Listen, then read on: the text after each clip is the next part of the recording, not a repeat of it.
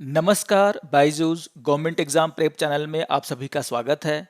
और आज हम 31 मई के इम्पोर्टेंट करंट अफेयर्स के ऊपर चर्चा करेंगे। तो आइए शुरू करते हैं आज का डेली करंट अफेयर्स। आइए सबसे पहले नेशनल करंट अफेयर्स की चर्चा कर लेते हैं। और यहाँ पर एक न्यूज़ आया जिसका शीर्षक है center ask news channel to display 4 new helpline number.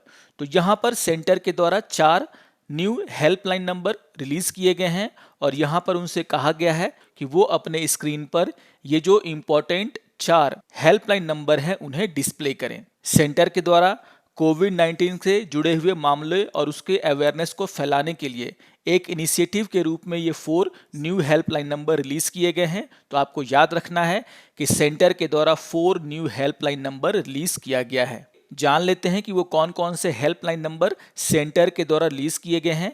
यहाँ पर जो पहला हेल्पलाइन नंबर है वो है national helpline number of ministry of health and family welfare, जिसका नंबर है 1075। दूसरा helpline number child helpline number है by the ministry of women and child development, जिसका नंबर है 1098। तीसरा हेल्पलाइन नंबर सीनियर सिटीजन्स के लिए है और यहाँ पर ये helpline number ministry of social justice and empowerment के द्वारा रिलीज किया गया है, जिसका नंबर है 14567। और ये जो हेल्पलाइन नंबर है वो दिल्ली, कर्नाटका, मध्य प्रदेश, राजस्थान, तमिलनाडु, तेलंगाना, उत्तर प्रदेश और उत्तराखंड के लिए है। यहाँ पर जो फोर्थ हेल्पलाइन नंबर है वो national institute of mental health and neuro sciences for psychological support के लिए रिलीज किया गया है। तो ये 4 हेल्पलाइन नंबर सरकार के द्वारा निकाले गए हैं कोविड-19 को देखते हुए, आपको ये याद रखने हैं।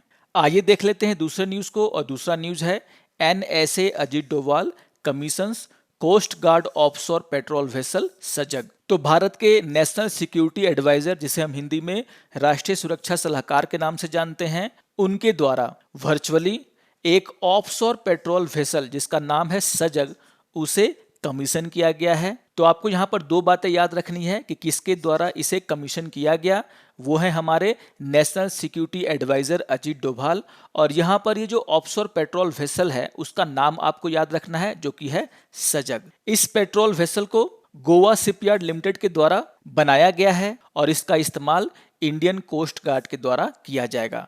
तो कुछ बहुत ही इंपॉर्टेंट जानकारियां हैं जिसे आप यहां पर याद रखेंगे। और अगर हम इंडियन कोस्ट गार्ड की बात करें तो इंडियन कोस्ट गार्ड के पास टोटल 160 शिप्स हैं और 62 एयरक्राफ्ट का एक फ्लीट है। तो बहुत ही बड़ा इंडियन कोस्ट गार्ड का फ्लीट है जिसके द्वारा हमारे जो तटों की रक्षा की जाती है।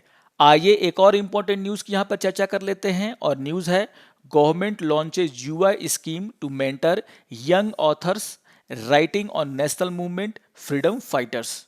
तो यहाँ पर सेंट्रल गवर्नमेंट के द्वारा एक नया स्कीम लॉन्च किया गया है जिसका नाम है युवा। और यहाँ पर इस स्कीम का जो मुख्य उद्देश्य है वो है जो यंग हमारे ऑथर हैं उन्हें प्रमोट करना। यहाँ पर कहा गया है कि the ministry of education has launched Yuva prime minister's scheme for mentoring young authors and author mentorship programme to train young author below the age of 30 year.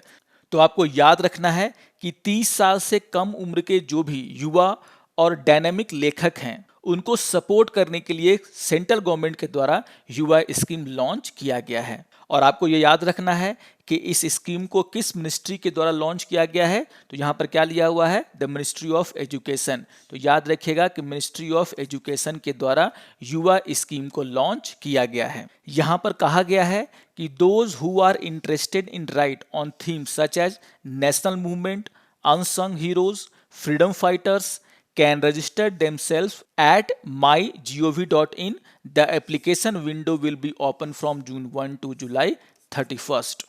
तो यहाँ पर कहा गया है कि जो लोग नेशनल मूवमेंट, स्वतंत्रता सेनानी जैसे विषयों पर लिखने के इच्छुक हैं वो mygov.in पर जाकर के अपना पंजीकरण करा सकते हैं। और ये विंडो 1 जून से शुरू होगा और 31 जुलाई आखिरी तारीख रहेगी यहाँ पर पंजीकरण कराने का। यहाँ पर जितने भी लोग पंजीकरण कराएंगे उनमें से 75 ऑथर को यहाँ पर सिलेक्ट किया जाएगा and the winner will be announce on August 15 and the winning entries will be ready for publication by 15th December 2021। तो कुछ इंपॉर्टेंट डेज हैं जिसे आपको याद रखना है कि 15 अगस्त को इसके विनर का घोषणा किया जाएगा और वो जो एंट्री है यानी कि उनके द्वारा जो लिखा गया लेख है उसे 15 दिसंबर 2021 तक पब्लिकेशन के लिए रेडी किया जाएगा। यहां पर यह भी बताया गया है कि this book will be launched on national youth day, यानी कि 12 जनवरी 2022 को इस बुक को लॉन्च किया जाएगा and the winner will also get a scholarship worth ₹50,000 per month for a period of 6 month. तो यहां पर कहा गया है कि जो भी इसके विजेता होंगे उसे स्कॉलरशिप के रूप में 6 महीने तक 50,000 रुपए की राशि स्कॉलरशिप के रूप में दी जाएगी। तो यहां पर कुछ इंपॉर्टेंट बातें हैं आपको याद रखना है, आपके एग्जाम पॉइंट ऑफ व्यू से बहुत ही इंपॉर्टेंट जानकारियां यहां पर दी गई है। आपको याद रखना है कि इस बुक को 12 जनवरी 2022 यानी कि नेशनल यूथ डे के दिन लॉन्च किया जाएगा और आपको यह भी याद रखना है कि स्कॉलरशिप के रूप में कितना धनराशि जो है और कितने समय तक के लिए विजेता को दिया जाएगा। आइए एक और न्यूज को यहां पर देख लेते हैं और न्यूज है Goa CM launches solar based electrification programme for remote village. तो यहां पर गोवा के चीफ मिनिस्टर प्रमोद सावंत के द्वारा रविवार को राज्य के ग्रामीण परिवारों के लिए सौर आधारित विद्युतीकरण कार्यक्रम की शुरुआत की गई है। तो यहां पर याद रखना है आपको वो कौन सा स्टेट है जिसके द्वारा electrification programme for remote village शुरू किया गया है। आपको याद रखना है वो स्टेट है गोवा और यहां पर गोवा के चीफ मिनिस्टर का नाम भी आपको याद रखना है और उनका नाम है प्रमोद सावंत। यहां पर कहा गया है गोवा सरकार के द्वारा कि this project will bring electricity through renewable energy to areas in Goa where grid connectivity is not feasible. तो जहां पर ग्रिड कनेक्टिविटी फिजिबल नहीं है, संभव नहीं है, वहां के लिए जो है इस योजना को शुरू किया गया है, वहां पर बिजली पहुंचाने की योजना शुरू की गई है।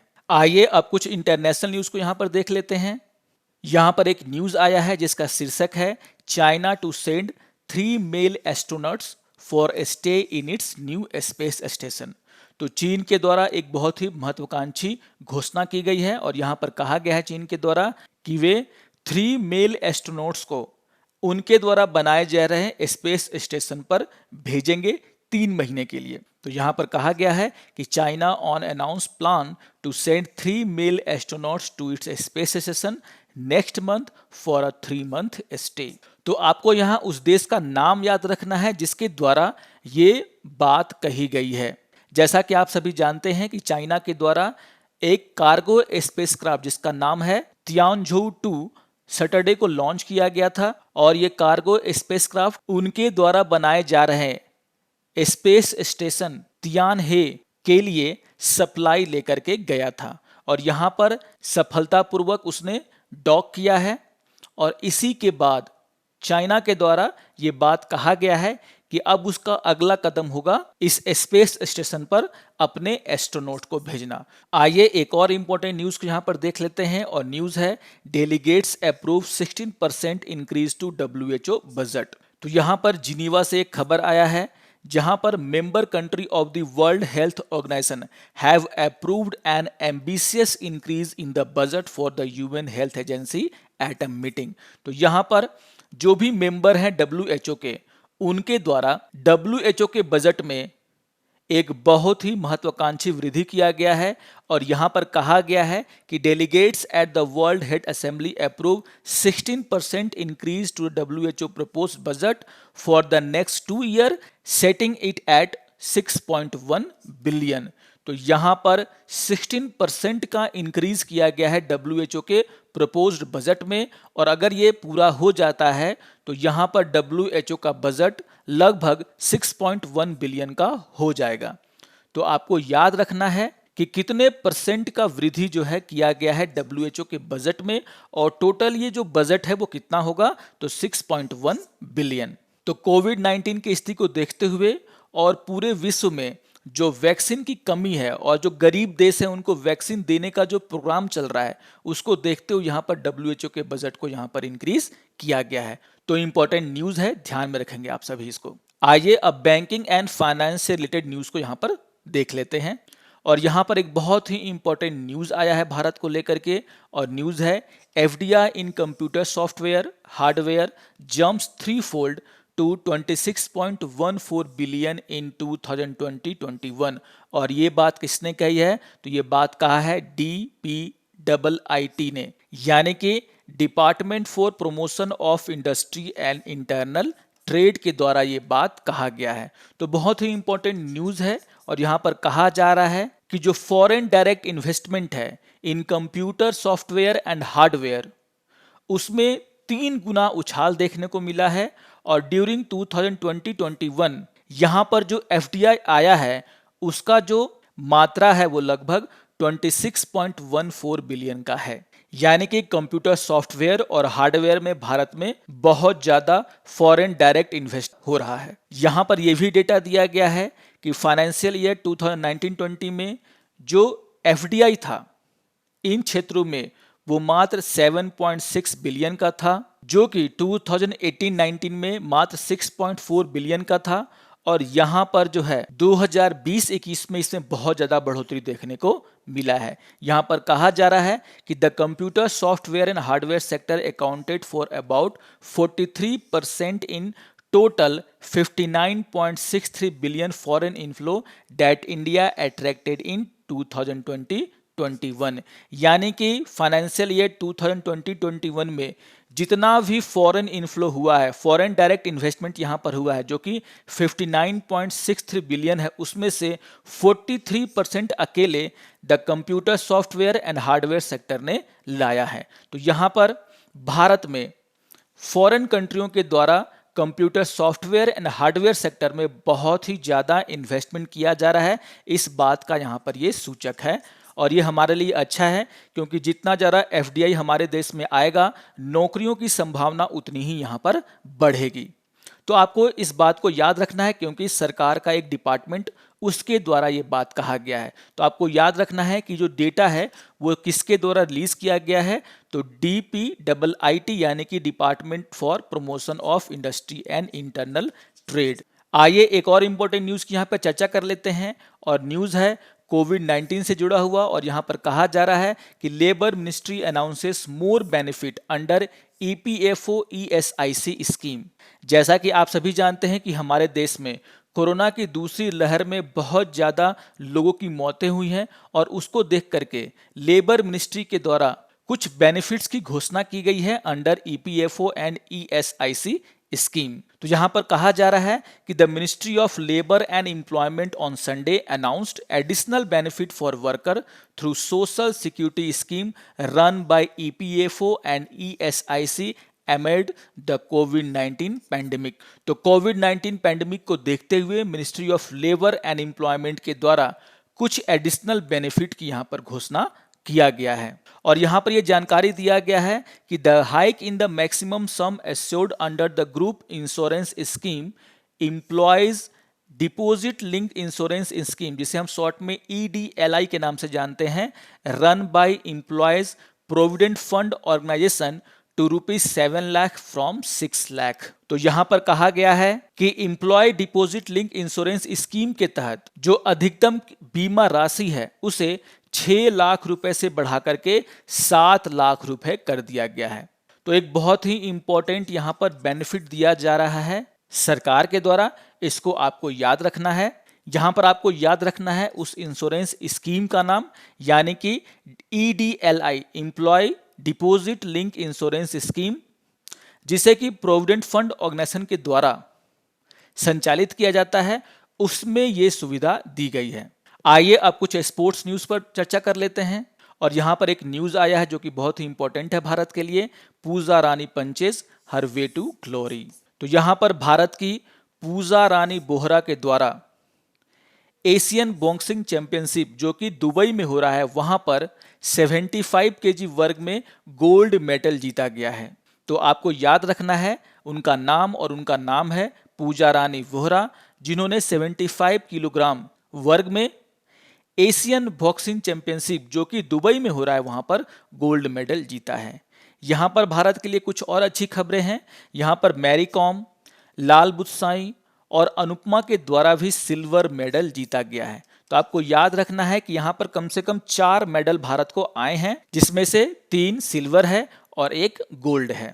तो आपको मैरी कॉम, लाल बुसाई और अनुपमा का भी नाम याद रखना है, जिन्होंने रजत पदक जीता है, और पूजा रानी बोहरा जिन्होंने गोल्ड मेडल जीता है, उनका भी नाम आपको याद रखना है। और आपको ये भी याद रखना है कि ये मेडल जो है किस टूर्नामेंट में जीते गए हैं। तो यहाँ पर टूर्नामेंट का नाम है एशियन बॉक्सिंग चैंपियनशिप, जो कि दुबई में खेला जा रहा है। ये बहुत ही इंपॉर्टेंट हो जाता है, आपको सिटी या फिर कंट्री का नाम एग्जाम में पूछे जाते हैं और आपको याद रखना है कि एशियन बॉक्सिंग चैंपियनशिप दुबई में खेला जा रहा है। आइए एक और न्यूज को देख लेते हैं जो खेलों से जुड़ा हुआ है, और यहां पर न्यूज है Fabio Quartararo wins Italian MotoGP.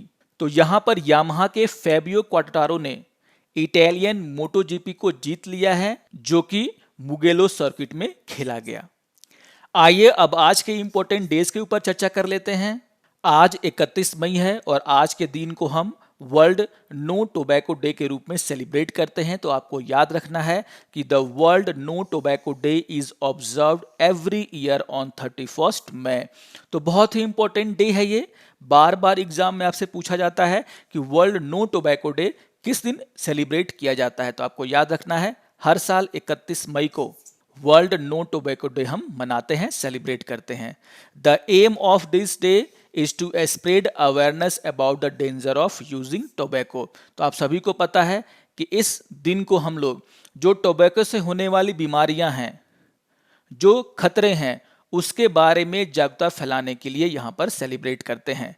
और हर साल इसके थीम को किसी न किसी एग्जाम में पूछा जाता है, और कोविड-19 के समय में ये और भी इम्पोर्टेंट हो जाता है। और इस वर्ष वर्ल्ड नो टोबैको डे का थीम है quit tobacco to be a winner. तो बहुत ही इंपॉर्टेंट ये लाइन है, आपको याद रखना है कि वर्ल्ड नो टोबैको डे का 2021 में थीम क्या है। मैं फिर से रिपीट कर दे रहा हूं, थीम है quit tobacco to be a winner, विजेता बनने के लिए तंबाकू छोड़ो। अगर हम वर्ल्ड नो टोबैको डे के हिस्ट्री के बारे में बातें करें, किस समय से इसे सेलिब्रेट करना शुरू किया गया, तो यहाँ पर 1987 में the member state of WHO यानी कि world health organisation created world no tobacco day to draw its attention towards the tobacco epidemic. यानी कि नो टोबैको डे की शुरुआत 1987 से होती है, जब WHO के मेंबर्स के द्वारा यह फैसला लिया गया कि टोबैको से होने वाली बीमारियों के बारे में अवेयरनेस को फैलाने के लिए वर्ल्ड नो टोबैको डे मनाया जाएगा। तो याद रखिएगा 1987 से इसकी शुरुआत होती है। यहां पर 1987 में वर्ल्ड हेल्थ असेंबली के द्वारा एक रिजोल्यूशन पास किया गया, और सबसे पहले जो है वर्ल्ड नो टोबैको डे को वर्ल्ड नो स्मोकिंग डे के रूप में सेलिब्रेट किया गया 7 अप्रैल 1988 को। तो आपको याद रखना है कि शुरुआत में इस दिन को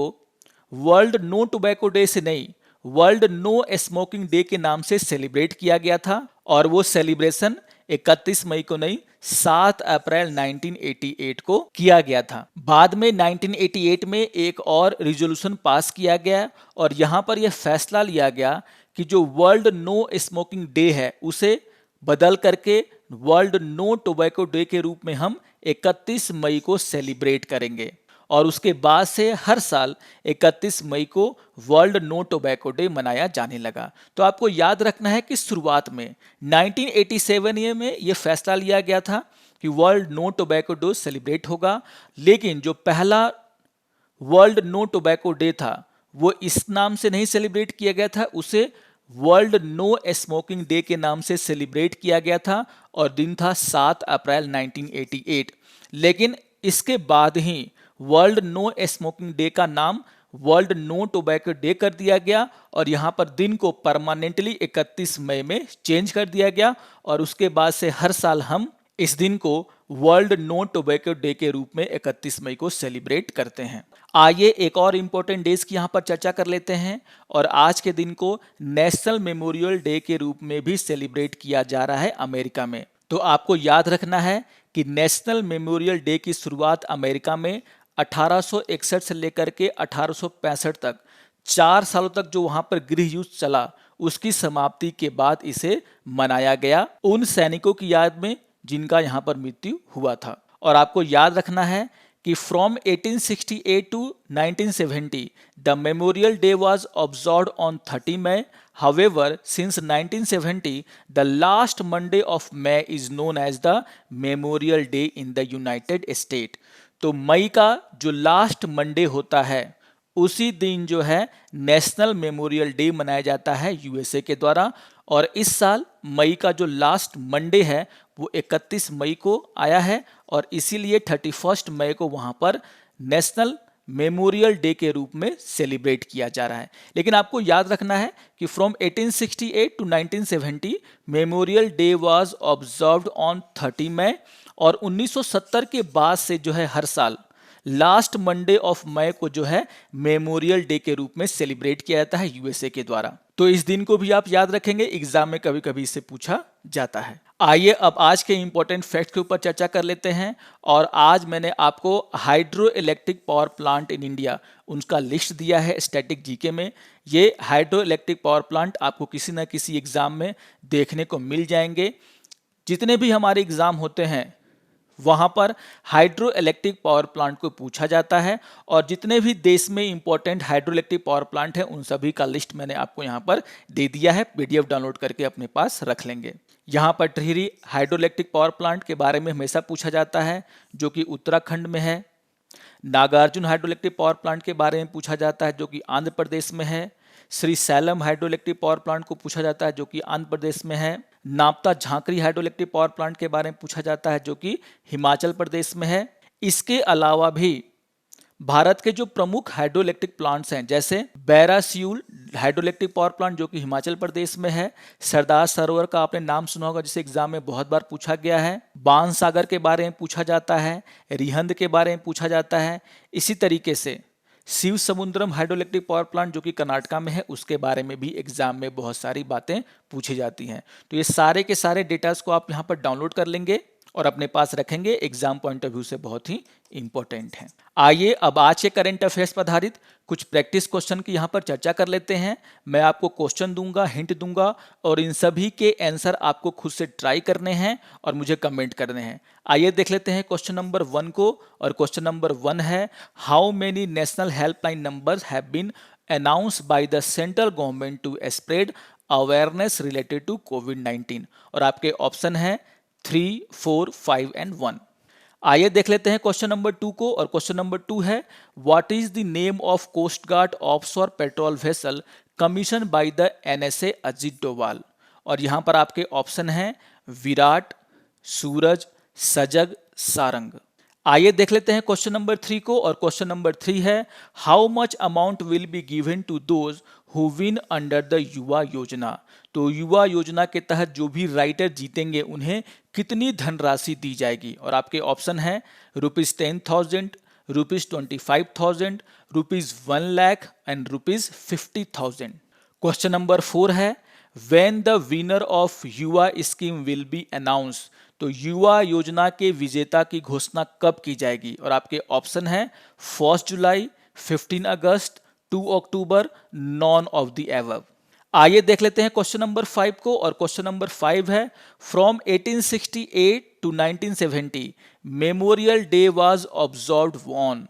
तो 1868 से 1970 तक मेमोरियल डे किस दिन मनाया जाता था। और आपके ऑप्शन है 1 मई, 15 मई, 1 जुलाई एंड 30 मई। आइए देख लेते हैं क्वेश्चन नंबर 6 को। और बहुत ही इंपॉर्टेंट क्वेश्चन है, when was the world no tobacco day first celebrated. और आपका ऑप्शन है 1987, 1988, 1989, 1990। तो बहुत ही ध्यान से इसका ऑप्शन आप लोग चुनिएगा। आइए देख लेते हैं क्वेश्चन नंबर 7 को। और क्वेश्चन नंबर 7 है, what is the theme of world no tobacco day. और आपके ऑप्शन है क्विट टोबैको, दूसरा है quit tobacco to be a winner, तीसरा है नो टोबैको और डी है क्विट टोबैको एंड विन। आइए देख लेते हैं क्वेश्चन नंबर 8 को। और क्वेश्चन नंबर 8 है, where is the Asian boxing championship being held. तो एशियन बॉक्सिंग चैंपियनशिप टूर्नामेंट कहां पर हो रहा है। और आपके ऑप्शन है Japan, China, Dubai and South Korea. आइए देख लेते हैं क्वेश्चन नंबर 9। और क्वेश्चन नंबर 9 है, who on the gold medal at the Asian boxing championship in Dubai. और आपके ऑप्शन हैं मैरी कॉम, लाल बुत्साई, अनुपमा, पूजा रानी बोहरा। तो आपको बताना है कि किसने गोल्ड मेडल जीता है एशियन बॉक्सिंग चैंपियनशिप में। आइए देख लेते हैं आज का लास्ट क्वेश्चन यानी कि क्वेश्चन नंबर 10 को। और क्वेश्चन है which country has announce plan to send 3 male astronaut to its space station. और आपके ऑप्शन है इंडिया, यूएसए, रसिया और चाइना। तो यहां पर मैंने आपको 10 क्वेश्चन दिए हैं जो कि आज के करंट अफेयर्स पर आधारित है। मैं आशा करता हूं कि आप सभी जो भी इस वीडियो को देखेंगे वो 10 में 10 का स्कोर करेंगे। तो जरूर ट्राई कीजिएगा इन क्वेश्चंस को, क्योंकि एग्जाम के लिए पढ़ने से भी ज्यादा जरूरी है क्वेश्चंस का प्रैक्टिस करना। आशा करता हूं कि आपको आज का ये डेली करंट अफेयर्स पसंद आया होगा। अगर आपको ये वीडियो पसंद आए तो आप जरूर इसे लाइक करें, शेयर करें और दूसरे स्टूडेंट्स जो कि एग्जाम्स की तैयारी कर रहे हैं उन्हें भी सब्सक्राइब करने के लिए प्रेरित करें। तो मिलते हैं डेली करंट अफेयर्स के अगले वीडियो में। तब तक के लिए धन्यवाद और नमस्कार।